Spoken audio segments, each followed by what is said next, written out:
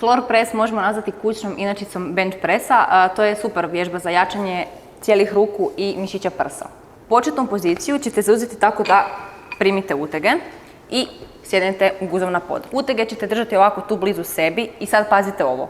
Kako liježem, tako utege guram od sebe i ovo tu je onda početna pozicija. Iz te pozicije spuštam ruke prema prsima, a prsa lagano ovako izbacujem van prema samim rukama. Ajmo reći da se pokušavaju naći na pola puta. Istovremeno, dok spuštam utege dolje, a prsa guram van, moram paziti na to šta radim sa ramenima.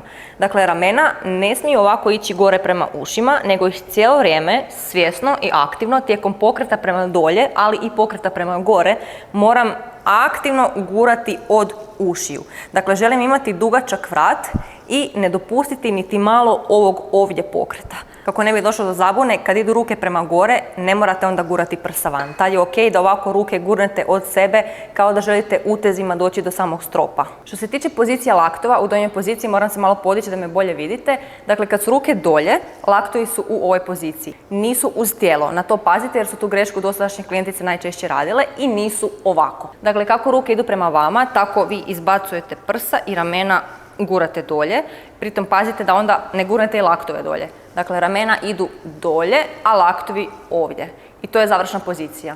Ako želite biti jaki u ovom pokretu, ono što želimo je dolje ne izgubiti tenziju. Dakle, kad smo dolje, prsa su vani, ramena su dolje, ja sam sva napeta u gornjem dijelu tijela, a kad sam gore, onda mogu biti opuštena. Zamislite da su vam ruke federi i da je tlo kao trampolin o kojeg se želite odbaciti kad idete gore. Zašto ovo ističem? Zato što ako zaustavite ruke dolje da odmaraju, bit će vam puno teže napraviti sljedeće ponavljanje jer onda krećete iz nekakve, ajmo reći, mrtve točke. Kad vam postane malo teško i kad se trebate nadisati prije sljedećeg ponavljanja, savjetujem da to ne radite kad su ruke dolje. Pozicija odmora je gore. Dakle, kad su ruke ispružene, tu odmaramo i dišemo i akumuliramo snagu i tek onda krećemo tu. Što se tiče disanja, u ovoj vježbi bi bilo super da radite udisaj kad idete dolje i izdisaj kad idete gore.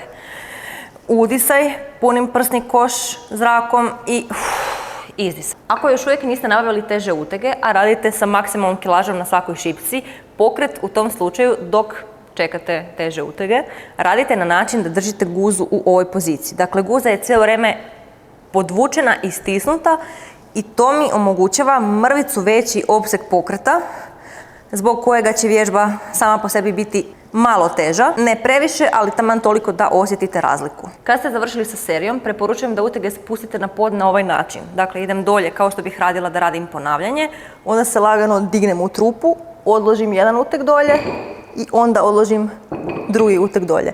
Puno je lakše spustiti te utege ako ste vi lagano u nekakvom trbušnjaku. Ajmo ponoviti još jednom ovaj manevar. Dakle, u početnoj poziciji sam ovdje i čim trupom krenem nazad, odmah utege krenem odbacivati od sebe i završavam u ovoj poziciji.